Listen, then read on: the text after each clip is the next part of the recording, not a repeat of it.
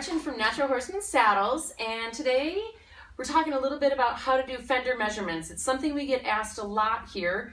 We have 4 different measurements for our fenders.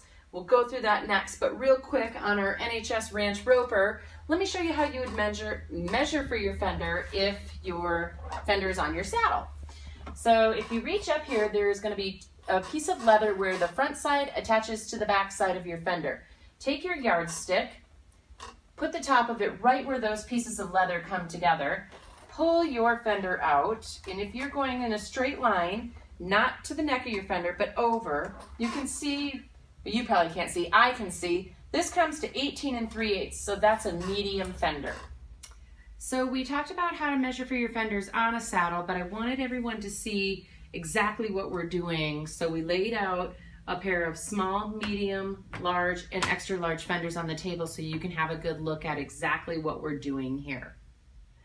So here's where the front half of your fender is going into the adjustment back side of your fender. So that yardstick is just going to find that lip of leather, come straight down, not interfering with the neck of the fender at all, over here on kind of the big part, and you're at 16 3/8. That is a short fender.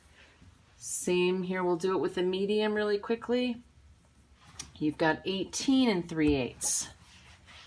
And then your large goes up to a 20 3/8, and then your extra large is a 22 3/8.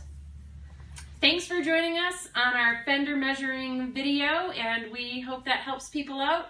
Please feel free to contact us at saddles@naturalhorsemansaddles.com with any more questions. Thanks.